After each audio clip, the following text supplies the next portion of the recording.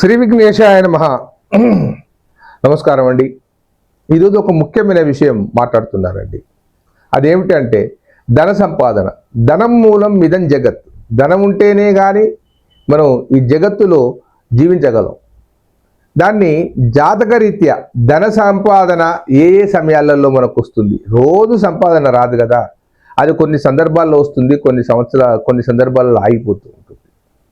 మరి ఇవి ఏ సందర్భాల్లో వస్తాయి ఒకసారి గమనించుకుంటే, గోచార రీత్యా కనుక మనం గమనిస్తే, గురుబలం ఉన్నప్పుడు గురువు 2వ స్థానంలో తన రాశి నుండి ఎవరి రాశి అయితే ఉంటుందో వారి రాశి నుండి 2వ స్థానంలో ఉన్నప్పుడు ధనము కంపల్సరిగా వస్తుంది.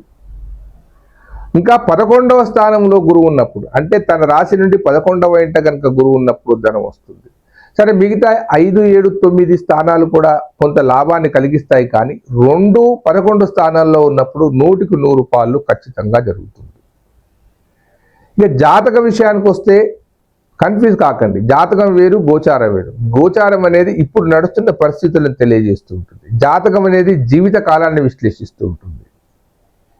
జాతకములో 2వ భావాధిపతి 11వ భావాధిపతి కనుక బలంగా ఉండేది ఉంటే వారి దశ వచ్చినప్పుడు చాలా రోజులు మీకు ఆర్థికంగా వస్తుంది. గోచార రీత్యా సంవత్సర కాలాన్నే సూచిస్తుంది. కానీ మనకు జాతకరీత్యా కనుక మనం కొంచెం తెలుసుకొని 2వ భావాధిపతి 11వ భావాధిపతి ఏకాదశ భావాధిపతి కనుక ఎక్కడ ఉన్నాడని తెలిస్తే సంవత్సరాల కొలది మనకు ఆదాయాన్ని ఇచ్చే అవకాశం మనకు తెలుస్తూ ఉంటుంది.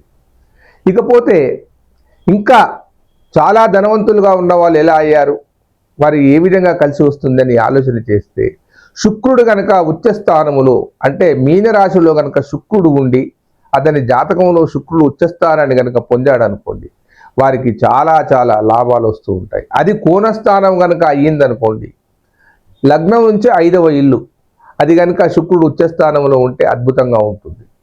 ఇకపోతే గురువు కూడా ఉచ్చస్థానం పొందినప్పుడు, గురువు కర్కాటక స్థానంలో ఉండి అది ద్వితీయ స్థానమైనా లేదా ఏకాదశ స్థానం కనుక అయ్యేది ఉంటే వారు జన్మతహానే ధనవంతులుగా ఉంటారు. కొంతమందిని చూస్తూ ఉంటాం మనం, వారు ఏమి చేయరు కానీ వారి జీవితం ఇలా హ్యాపీగా కార్లు బంగళాలు అన్నీ జరిగిపోతూ ఉంటాయి. మనం వాళ్ళని చూసి ఆశ్చర్యపోతాం, వీడు ఏమి చేయడు అని అనుకుంటాం.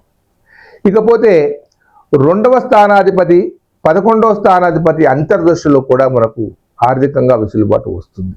మరి ఇవన్నీ లేవు గురుగారు, మరి నేను ఎలా ఆర్థికంగా వెసులుబాటులోకి రావాలంటే ఒకసారి జాతకాన్ని పరిశీలింపజేసుకోండి.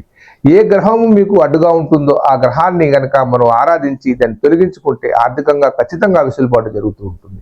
ఉంటానండి, మీ ప్రకాష్.